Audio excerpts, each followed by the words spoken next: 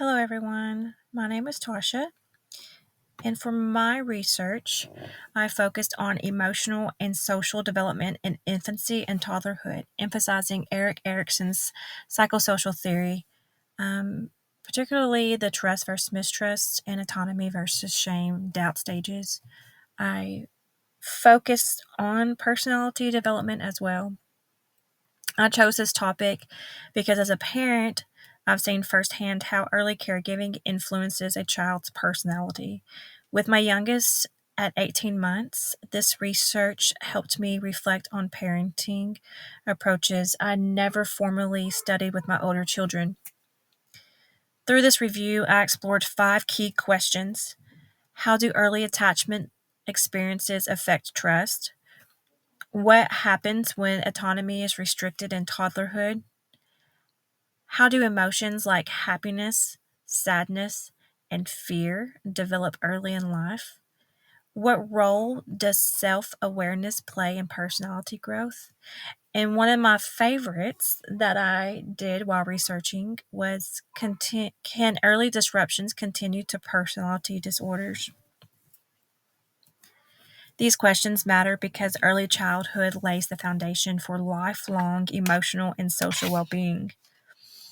To answer these questions, I reviewed 6 peer-reviewed articles and our textbook. I used databases like Google Scholar and PsycInfo. The articles that I selected were based on the relevance to Erikson's psychosocial theory, credibility, and long-term personality effects. I organized research into 3 themes: attachment security, which is trust versus mistrust, autonomy development, and personality disorders to compare the findings. Key takeaways that I got from my research is that infants with constant caregiving develop secure trust, while neglected children struggle with social bonds. Another one is autonomy building in toddlerhood is essential for confidence, but over restricted parenting fosters self doubt.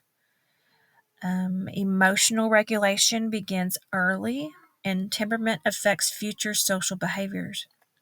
And again, my favorite was childhood neglect strongly correlates with personality disorders, particularly borderline personality disorders.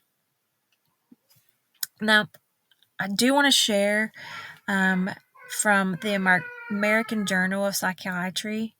In 2000, this study was published. It was called Reported Pathological Childhood Experiences Associated with the Development of Borderline Personality Disorder. I just found this really fascinating. In this study, there was 209 psychiatric inpatients from McLean Hospital in Massachusetts. These were adults diagnosed with PBD and other personality disorders. Um, I just thought it was really good study that they did. Although it did not prove Erikson's attachment theory or other theories on PBD, it did correlate. It actually, to me, it brought Erikson's theory of trust versus mistrust to life. Um, let's see. Hang on, let me find what I was going to share. Um, I should have already had this ready. Sorry. Um, like I said, it was 290 inpatients, and these were patients with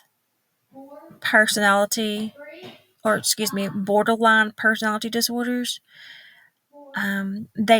These patients had higher reports of emotional, physical, sexual abuse, emotional neglect, and unstable caretakers. Emotional neglect and inconsistent caregiving were especially common among these PBD patients, And many types of abuse, this physical, emotional, sexual, often occur together in in BPD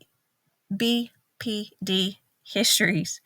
The earlier the trauma occurred, the stronger the association with later borderline personality disorder symptoms.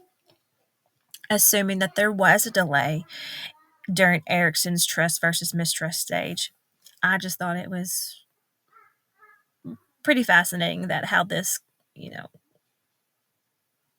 research actually came to life. I mean, you see it in these patients.